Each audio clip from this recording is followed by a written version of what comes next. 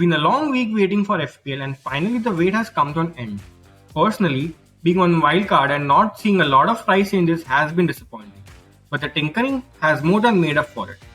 Let's get started with Game Week 9 with a chart that we love to get a feel about, the teams to target. Man City, Liverpool and Leicester are clearly the teams to target while picking players this game week based on data from Drafthouse. Chelsea and West Ham defense are also good shouts this week, while data is suggesting to avoid United and Brighton. For the first time this season, we do not completely agree with the data. Man United has improved a lot since Game Week 2 and will not be such an easy opponent for City. We also feel that Spurs attacker is a great shout for this game week for the derby against Arsenal. Let's start with the keepers for this game week. Wolves have the best expected goals conceded in away games this season. They face West Ham this week, who have managed to score only 3 goals so far this season. We will recommend bringing in Sa to managers on wildcard as a good long-term option. Great fixtures from Game Week 11. There is no reason to not choose Nick Pope as your keeper. Great fixtures, great form, and a good Newcastle defense in front of him. They are top 7 for expected goals conceded. He tends to rack up save points as well. 30 saves already this season, that is the joint highest, and we are still backing him. Bournemouth have improved after sacking their manager lately and tend to do better at home. Brentford have not managed to keep even one clean sheet after the game against United. They are a good attacking unit, but we do not trust our defense to go for someone like Raya. Arsenal have kept only one clean sheet in last 4 games and have a tough run of fixtures going forward. Ramsdale's save points have also gone down this season because of a better defensive performance from Arsenal, which has brought his overall appeal down. We will be selling him. Moving on to the players who protect the keepers, the defenders. Thiago and Matip bring a lot of balance to the current Liverpool defense, which was evident against Ajax. Liverpool are still in the top 4 for expected goal conceded at home, with 2 clean sheets in last 3 games as well. Trent ranks second for creativity among defenders this season, and we are backing him. At just 4.5 million, Walker-Peters can be a great defender to own at this point of time.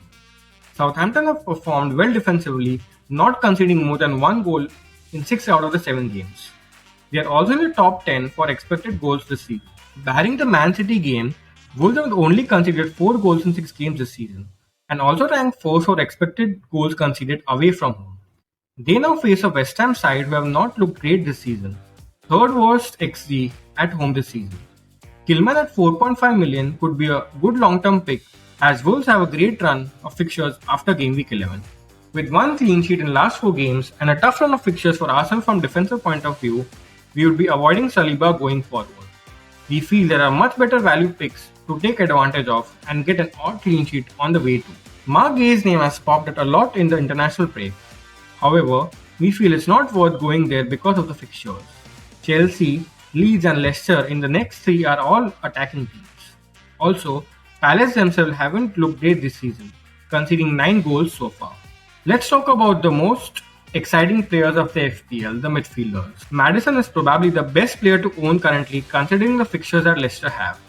He has 3 goals and 1 assist so far and is heavily involved in most Leicester attacks, 33% of goals when he starts. He now faces a Nottingham Forest side who are worse for expected goals conceded this year. Diaz ranks 2nd for shots inside the box per 90 and shots on target per 90 among midfielders this season. He has scored 3 goals so far and could do well against the Brighton side who concede most chances through the right flank. This will be Brighton's first game under a new manager too. With key players returning to the squad, we expect Liverpool to get back to the best soon. Salah has 3 goals and 3 assists in last 5 games against Brighton. He scored 2 goals for Egypt too in the break and ranks 2nd for expected assists in the league. We back the Egyptian king to deliver this game week. Many managers are getting rid of Martinelli and are forgetting that he still ranks 1st for threat among midfielders, 5th for creativity, and 4th for shot takens. He has 4 returns so far and plays for a side who was 2nd for expected goals this season. He loves counter-attacking in big games too. Nottingham Forest conceded a lot of chances from the right side, and we expect Barnes to do well in this fixture. Forest have conceded 12 goals in last 3 games, making them one of the worst side defensively right now. Barnes looks like a good punt with a good run of fixtures and an ownership of just 1.1% right now. Kulusevski has played a total of 81 minutes in last 2 games. With Son back in form, we feel he could be rotated even more, and selling him is the best option for managers who still own him. There are much better options available at 8 million for now. Let's talk about the best forwards for this game week.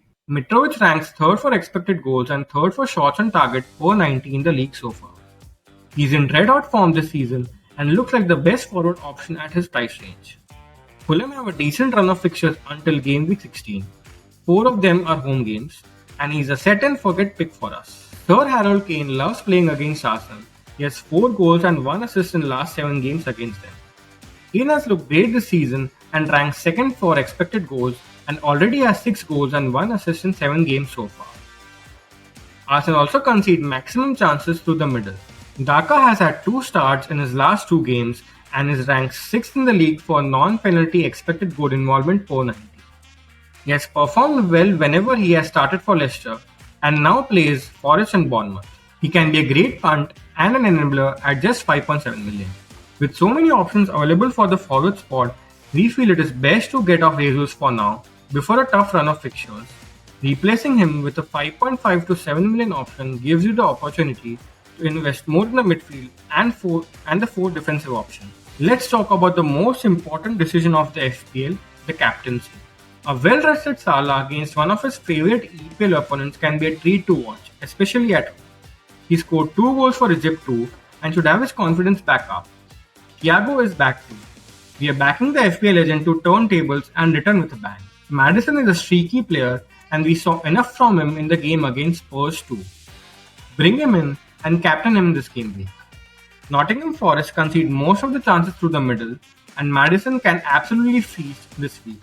He's also on most of the set pieces. Harry Kane can be a joy to watch against Arsenal.